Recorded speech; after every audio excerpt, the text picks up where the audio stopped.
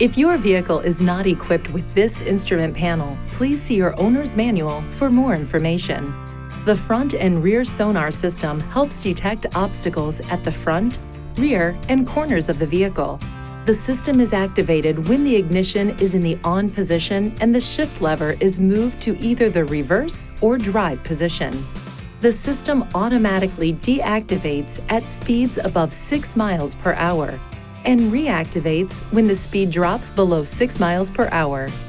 When the object is detected, the indicator appears, begins flashing, and the tone sounds intermittently. As the object gets closer, the rate of the flashing and the tone will increase. When an object is very close to the vehicle, the indicator turns solid and the tone will sound continuously. To adjust the settings or enable or disable the system, use these controls to select settings, driver assistance, parking assist.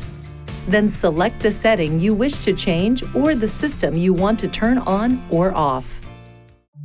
Please see your owner's manual for important safety information, system limitations, and additional operating and feature information.